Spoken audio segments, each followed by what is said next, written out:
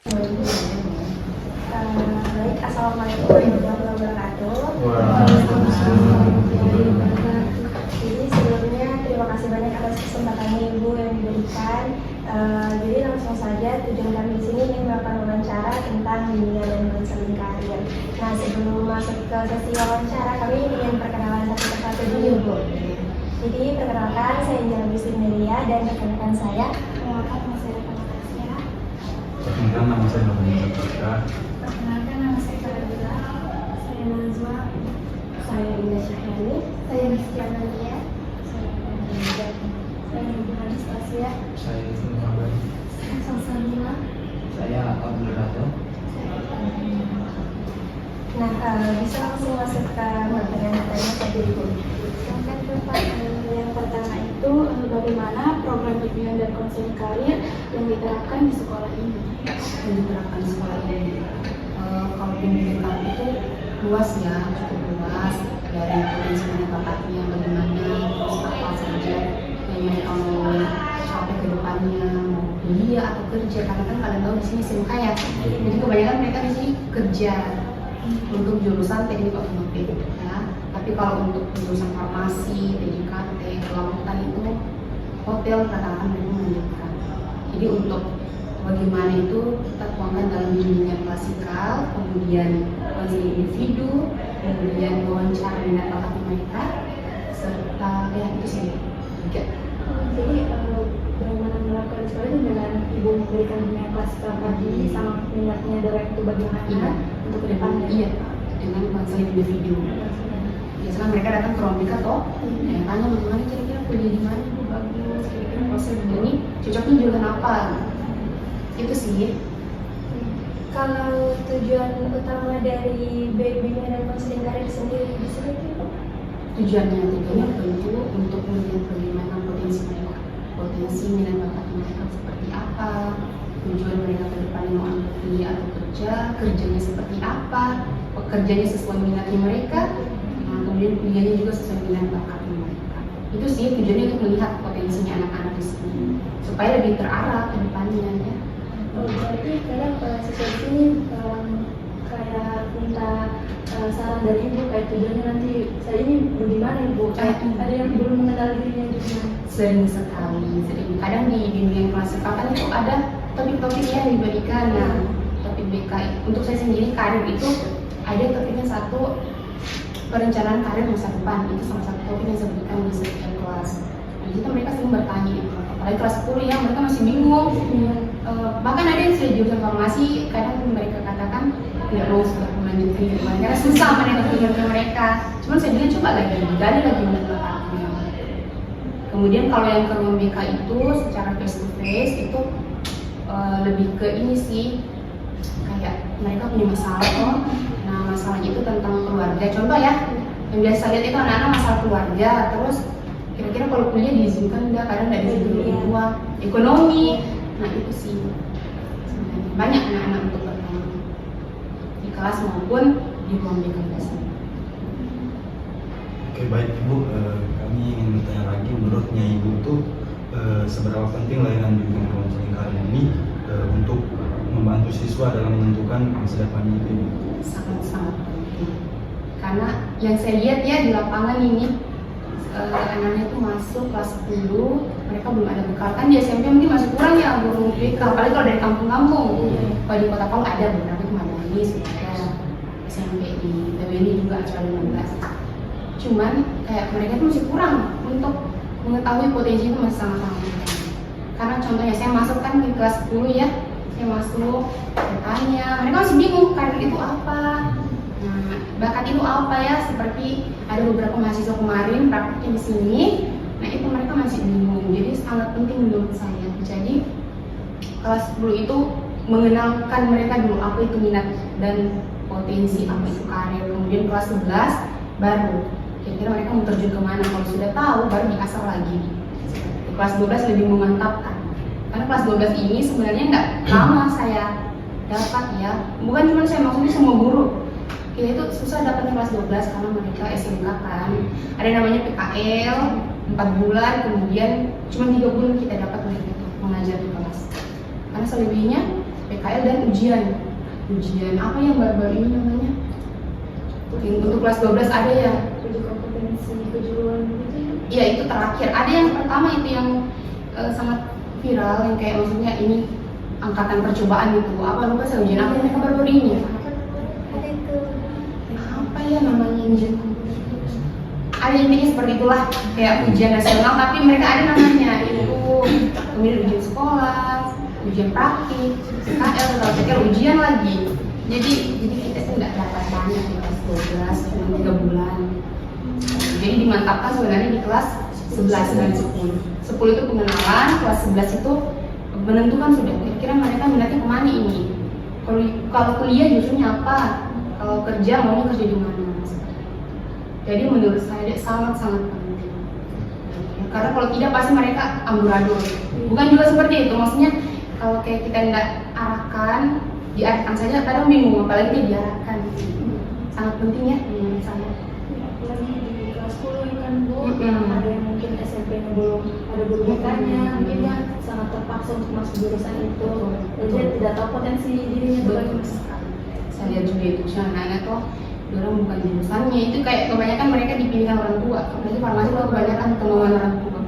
Akhirnya pada saat kelas 11 ya ini fakta ya, sekarang kelas 11 mereka nggak mampu untuk di laboratorium. Akhirnya mau pindah jurusan sudah susah, mau pindah ke sekolah lain juga susah. Karena SMP itu susah diterima ke SMA ya. Intinya makanya penting sekali dari SMP sih itu sebenarnya sangat penting untuk perencanaannya anak-anak. Oke Bu, lanjut ke biasanya bentuk layanan seperti apa yang dilakukan yang diberikan dalam program BK Karir di sekolah ini? Bentuk layanan. Oke, kalau bentuk layanan yang seperti yang saya bilang ya, layanan mereka kayak layanan informasi itu kayak pada saat saya masuk di kelas bimbingan, kan kalau di kelas kan bimbingan klasikal ya namanya, jadi langsung di situ saya kasih tahu untuk informasi kuliah, kerja seperti ini. Kemudian apa ya, layanan itu seperti ini, satu kayak ada dari mitra sekolahnya kita, perusahaan mitra, karena kita punya perusahaan mitra ya seperti Sultan Raja untuk hotel ya, kemudian untuk TO-nya itu di Kala Toyota. Nah itu jadi mereka TJKT apa ya kemarin saya lupa kantor apa itu. Intinya setiap mereka kelas 12 pasti mitra tadi datang ke sekolah, kemudian melakukan sosialisasi dengan perusahaan mereka. Siapa tahu setelah SMK ini mereka ada yang mau langsung kerja, boleh langsung diterima. Begitu. Jadi itu sih sebenarnya apa tadi layanannya ya? Iya, bentuk layanannya iya. Mungkin yang lebih sering dilakukan itu bimbingan layanan informasi yang konsultasi ke siswa Iya. di sini. Lebih ke itu kayak kalau di dalam kelas gitu sih, informasi saja.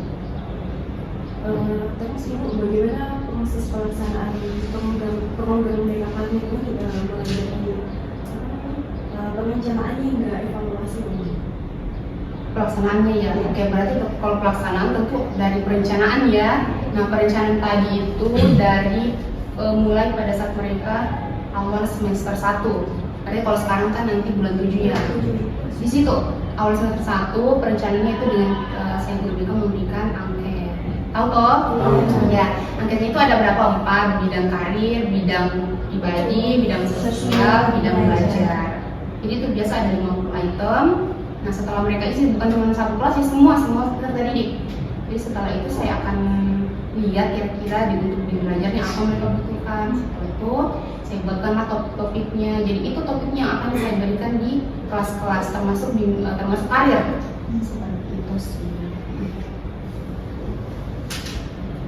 Terus Ibu, apakah program BK di sekolah itu sudah dilaksanakan secara rutin? Jika iya, mungkin kegiatan apa saja yang biasa dilakukan? Ya, kalau rutin pasti. Karena itu yang tadi saya bilang, di kelas setiap masuk ada jadwal-jadwal tertentu untuk karir, untuk pribadi, sosial, belajar itu ada jadwal-jadwal. Jadi sangat rutin sih menurut saya. Yang rutin itu ya, yang tidak terlalu itu kayak tes minat bakat, itu masih susah saya laksanakan sih sebenarnya. Padahal itu penting sekali untuk mereka sebenarnya. Mungkin nanti tahun ini saya coba bagaimana caranya supaya bisa. Kalau untuk rutin sekali dengan tadi jadwal-jadwalnya yang ada. Berarti kalau boleh tahu setiap minggu itu ada berapa kali ibu melaksanakan kegiatan yang direncanakan melakukan? Kayak mungkin hari Senin ibu ada jadwal kan ibu bilang tadi secara rutin setiap minggu, mungkin ada mungkin sering atau cuma kayak 2 kali dalam 1 minggu ibu melakukan itu? Untuk karir ya, Iya. untuk 1 tahun itu 2 semester toh, itu karir ada 5 topik dengan kadang 2 kali pemberian, kadang 3 kali tergantung topiknya. Kalau berat ya menurut saya, contoh kalau kayak kemarin pertama itu perencanaan karir itu 2 kali, berarti 2 minggu ya, karena kan di sini 1 minggu 1 kemudian ya setiap 1 minggu pasti mereka dapat semua. Saya setiap 1 minggu pasti masuk semua dari kelas-kelas gitu. Jadi itu sih ada jadwalnya, tergantung jadwalnya sebenarnya kalau seberapa sering. Cuma pada dalam 1 tahun itu langsung 5 topik untuk karir, dengan 1 topiknya itu kadang 2 kali ketemuan, kadang 3, tapi yang lebih sering sih 2 dalam 1 tahun. Ibu berarti layanan yang sering dikasih yang rutin yang dilakukan itu cuma layanan informasi saja? Iya, bimbingan klasikal itu. Itu sih yang rutin. Ibu, pertanyaan selanjutnya itu metode atau pendekatan apa yang sering digunakan saat memberikan layanan bimbingan klasikal ini kepada siswa? Metodenya, metode sih ini ceramah pastinya, itu paling utama itu ceramah. Apalagi ya, ceramah, terus pemberian informasi, kadang bentuknya lewat ini brosur. Contoh brosur ini yang kemarin ini ada putra putri budaya, terus kemudian duta genre. Itu kan salah satu bentuk karir potensi anak-anak toh.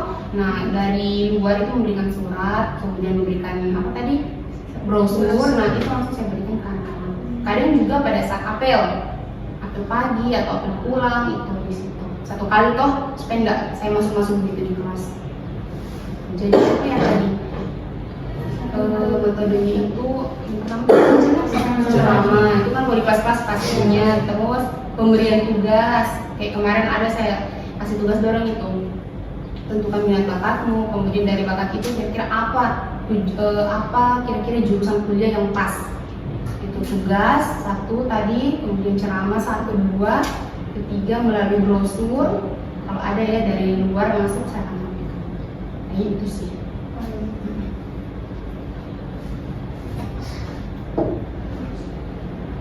Soal pendekatan untuk ibu ke siswanya itu ada ibu kayak metode pendekatan apa yang ibu bisa dekatin siswa supaya bisa mengeluarkan potensi minat dan bakatnya ini?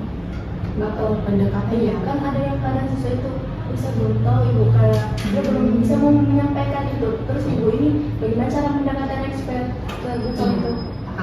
Itu agak susah gampang ya, karena ini ada banyak karakternya.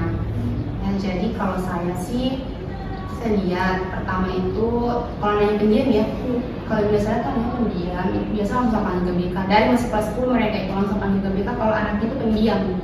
Mungkin ada masalah di kelas. Setelah saya tanya kelas, kira-kira apa kamu punya karir, apa ikut organisasi. Di sekolah kan banyak ini organisasi. Ya, seperti itu sih, lebih ke pendekatan personal.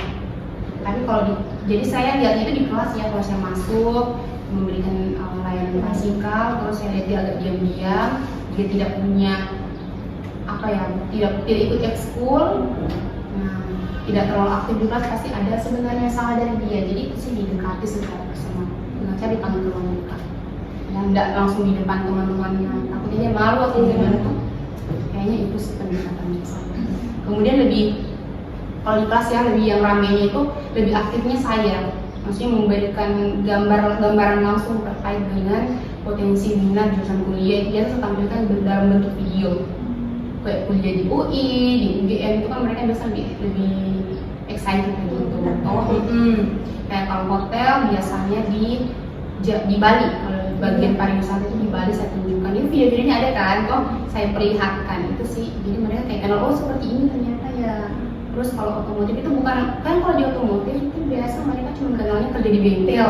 Kalau tidak, itu otomotif itu besar, kita bisa jadi mekanik, terus kita bisa kerja di perusahaan-perusahaan besar ya luar negeri. Itu satu juga luar negeri, karena kebetulan kan alumni kita nggak juga banyak, ada beberapa di Jepang seperti itu. Dengan melalui programnya siapa kemarin ya, gubernur. Terus kalau farmasi lebih ke kesehatan, kalau MKPI itu pelayaran, apalagi ya TJKT jelas ke teknik ini sih, informatika, AI sekarang bagaimana toh? Lebih ke saya aktifnya kalau di kelas, tapi kalau personal itu ke non-BK. Itu sih pendekatannya saya. Agak susah gampang sebenarnya. Nah, menurut Ibu itu bagaimana respon antusias siswa terhadap pelaksanaan program BKKBN di sekolah ini? Responnya siswa, ya kadang ada yang semangat, kadang juga ada yang diam-diam. Toh nggak bisa kita paksain anak-anak kesenian. Ada sifatnya yang pendiam, ada yang semangat juga. Yang pendiam ini itu lagi perannya kita guru BK bagaimana tuh nggak boleh. Kalau dia diam, kita guru BK lebih diam itu salah. Jadi kita panggil lah guru BK. Jadi kalau untuk responnya, menurut saya berapa ya? 80% mereka sangat antusias, 20% itu agak-agak kurang. Kayak pendiam di kelasnya, kayak ngasih kayak itu saya lihat biasa gara-gara orang tuanya sih saya lihat anak-anak itu yang rata-rata yang saya tanya, kamu kuliahnya mau apa, kerjanya mau apa, itu si bingung mau jadi ini saja, mau jadi bawa trek. Ini kita di zaman 2006 kok masa kerjaan seperti itu. Maksudnya tidak menjelekkan kerja, tapi kalau ada yang lebih bagus. Saya rasa dari keluarganya juga, dari faktor keluarga berkembang dan lain-lain itu mempengaruhi. Itu sih biasanya ya responsnya itu tadi. Bu, kalau dari pihak sekolah nih Bu, dalam dukungan program pelaksanaan BKKBN ini, apakah ada dukungan dari pihak sekolah? Jika ada, dukungan seperti apa? Pihak sekolah, oh iya, kalau pihak sekolah sih mendukung sangat pastinya. Pertama, kenapa? Satu, adanya ruang BK, karena kita tahu biasa ada ruang BK-nya yang tidak fasilitasnya kurang, tapi alhamdulillah di sini saya rasa nyaman di ruang BK itu, nyaman, tertutup, tidak, kalau anak-anak cerita itu sangat tidak terdengar keluar. Yang kedua, ada jadwal BK, itu paling penting. Karena nggak semua di sini tuh sekolah ada jadwal BK-nya. Iya, waktu saya jam kuliah lalu itu biasa ke sekolah seperti kalian ini, ibu gurunya bisa bilang tidak ada jadwal BK. Tidak ada jadwal BK. Jadi susah itu kalau kita ada jadwal BK. Kalau mau tunggu guru kosong itu susah. Biasa guru apa ya, tidak efektif lah menurutku. Jadi saya rasa itu salah satu bantuan sekolah karena diberikan jadwal BK. Jadi satu minggu itu pasti saya masuk di semua kelas, dengan satu kelas itu 2 JP. Jadi itu ya satu apa lagi tadi? Diberikan jadwal, kemudian ruangan, fasilitas. Kalau guru-guru iya sangat membantu juga guru-guru karena mereka ibaratnya kalau contoh ada yang bermasalah ya anaknya tidak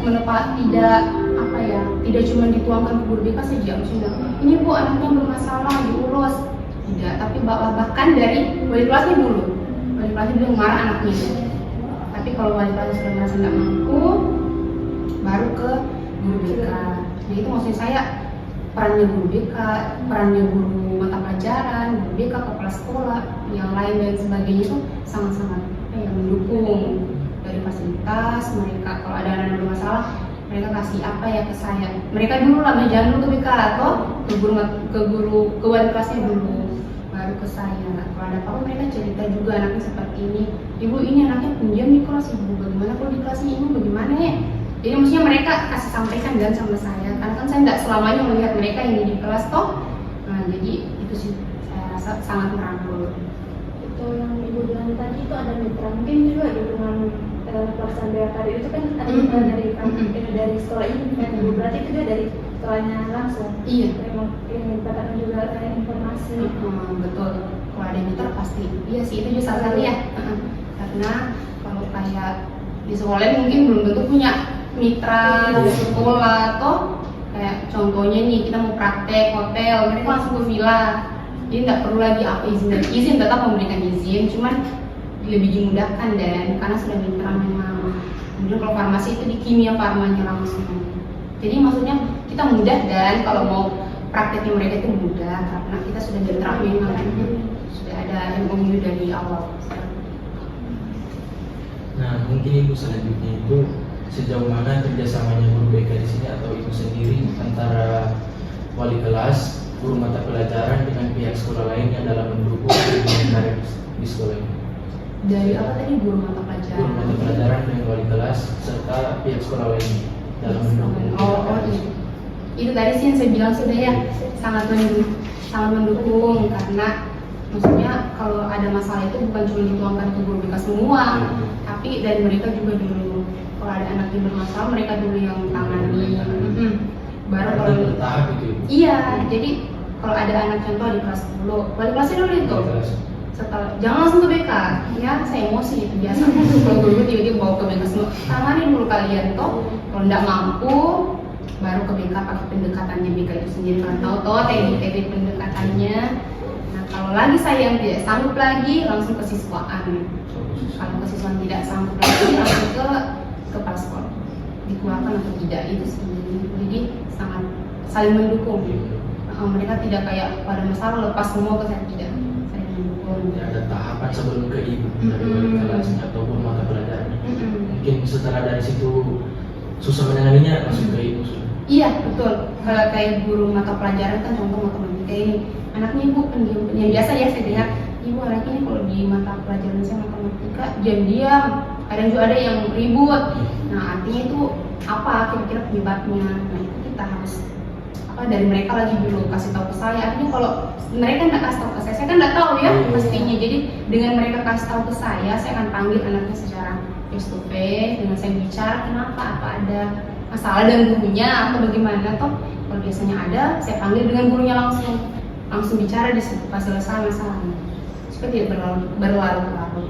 Itu sih jadi saya saling mendukungnya semuanya. Satpam pun lebih-lebih, iya satpamnya lebih-lebih itu bagus. Maksudnya ada anak yang kalau bolos nggak pernah ya, bukan dulu nggak pernah sih, pernah kali ini jarang sekali bolos di sini.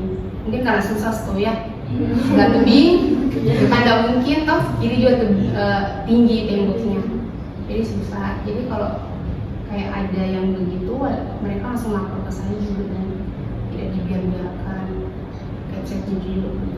Bagus lagi itu, mendukung. Berarti ini dari pihak guru mata pelajaran, guru BK, serta kepala sekolah itu saling sama-sama kolaborasi. Sama-sama kolaborasi, sampai tak lebih-lebih lagi.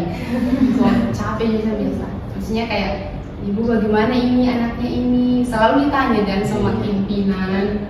Ibu ini anaknya bagaimana? Sudah 2 kali apa itu? Kalau sudah begitu kan saya lagi, aduh biasanya wali kelas sih. Kalau 3 kali mereka alfa kan itu wali kelas dulu. Kalau sudah ada lagi alfanya langsung ke saya lagi toh pembinaan. Kalau alfa lagi baru ke panggilan orang tua. Jadi kolaborasinya sangat-sangat bagus. Itu dari anaknya lagi sih, kadang juga bandel. Atau nggak bisa dipungkiri lah anak-anaknya. Baik Ibu, selanjutnya sarana dan prasarana apa saja yang tersedia untuk menunjang pelaksanaan program BK Karir di sekolah? Sarana prasarana itu sih ya ruang BK, toh kemudian sarana prasarana ya ruang BK, terus komputer yang disediakan untuk saya juga ada, kemudian printer termasuk ya sarananya printer. Maksudnya kalau saya kan buat suratnya itu tidak melalui TU lagi, dan kalau pemanggilan siswa kan kita buat surat SP dan lain-lain itu saya buatnya BK sendiri, suratnya dari BK sendiri. Jadi ada printer, ada komputer, terus ruangannya nyaman, terus sarana prasarana itu sih boleh lah maksudnya. Cuman ini sih ada satu kurang menurut saya, kayak mungkin lebih ke ini. Biasa kan saya mau kasihkan yang apa ya, bagaimana ya sampai sekali ini kayak tes minat bakat itu kan agak sulit, bukan juga sulit, membutuhkan apa ya, alat atau apa itu kemarin sama guru yang lain, guru di Jawa ya, teman guru di Jawa itu kan ada BK juga. Mereka kalau melakukan tes minat bakat itu agak berat juga dan membutuhkan sistem atau apa yang dibeli lah itu, memang lupa bagaimana. Nah, itu agak mahal, nah itu mungkin sekolah belum bisa penuhi. Sekitar berapa ya? 500-an untuk kita berikan ke siswa satu kali saja itu diberikan. Jadi awal pembelajaran, cuma itu agak mahal, jadi mungkin sekolah belum bisa penuhi. Cuman itu sih, yang lain aman menurut saya. Selama di sekolah ini betul-betul sudah mau hampir terpenuhi lah ibu, kayak ibu melaksanakan layanan mungkin tidak terlalu sulit. Iya, kayak fokus toh, Iya, aman. Terus speaker, kalau saya menampilkan video aman juga bisa. Kan Infokus tiap kelas ya langsung ada di atas memang. Terus kayak contoh kalau bukan di aula bisa juga ada TV seharusnya aman lah ya, bisa. Cuman sih tadi saya maksud itu minat bakat itu agak sulit gitu. Selanjutnya Ibu, apakah sarana dan prasarana yang sudah ada sudah cukup mendukung kebutuhan layanan BKKN? Mengapa demikian? Ya sudah ya, memang dari tujuan tadi sudah cukup. Kenapa ya? Karena ini apa yang saya butuhkan bisa ada semuanya. Saya rasa cukup ya. Aman sih. Mungkin kalau dalam mitra-mitra itu termasuk di sarana kayak mitra-mitra kayak itu kan yang disediakan dari sekolah. Jadi dia termasuk dalam sarana itu. Iya boleh juga. Karena kan ini sekolah, cuman lebih ke mitranya ini lebih ke ini sih sebenarnya ke PKL mereka. Cuman kalau kerja boleh juga langsung kayak hotel ini aku kemarin sedang aja yang di jalan apa itu dia kan kemarin PKL toh. Nah setelah PKL langsung ditanya lah, ada nggak yang mau lanjut kerja? Katanya bagus. Cuman dari beberapa itu nggak ada yang mau, karena memang mereka ada yang ke Korea langsung sekolah di Korea, ada cuma satu ya yang baru-baru ini di Korea, terus yang satunya di Bali, yang satu di Makassar di Politeknik apa gitu, pariwisata. Jadi mereka semua melanjutkan, nggak ada yang mau kerja begitu. Begitu juga TO itu kemarin di kalau Toyota yang di ini bawa RM Marta Dinata, Honda toh. Nah itu kemarin saya kan kebetulan guru pendamping PKL-nya toh, saya lihat di sana katanya bagus kinerjanya anak itu, panggil lah, cuman nah itu tidak mau juga karena mereka melanjutkan ini pendidikan dari unpad, kebetulan lulus SN ya apa yang namanya kalau angkatan kalian nih yang jalur prestasi SMPP ya, iya kalau saya kenal masih SN namanya tuh. Jadi itu SMPP itu dia lulusnya teknik mesin, jadi itu apa sebenarnya mereka bantu sekali untuk kerja, cuman karena anak-anak juga mau melanjutkannya. Saya sebagai guru BK-nya kalau dia tanya toh, Imam kira-kira saya ambil tuh namanya secara di zaman sekarang kerja susah toh. Bilang jangan, ilmu itu lebih penting kerja saja. Mungkin memang bagus itu kerjamu, gajinya UMR, tapi dengan kau punya ilmu nanti bisa saja gajimu lebih tinggi dari itu. Oh, bisa jadi kau kerja di perusahaan Pertamina, di Freeport atau yang mana lebih bagus lagi. Jadi ilmu saja dulu, kebetulan kau dapat kesempatan itu dengan tidak perlu lagi tes seperti teman-teman farmasi sih. Iya, lanjut juga mereka. Ada sih beberapa itu yang tidak lanjut. Cuman saya nggak tahu sih bagaimana ke depan, ditanya juga diam. Itu tahu susahnya anak-anak ini, ditanya diam. Saya rasa yang kemudian yang diam-diamnya itu yang tidak tahu masa depan itu rata-rata itu keluarganya. Pasti keluarganya itu broken. Ya mohon maaf ya adik-adik kalau di sini mungkin ada yang broken, tidak. Jadi saya itu bukan menjadi satu alasan, cuman salah satu alasan itu karena keluarganya, anak-anak di sini saya lihat sebenarnya.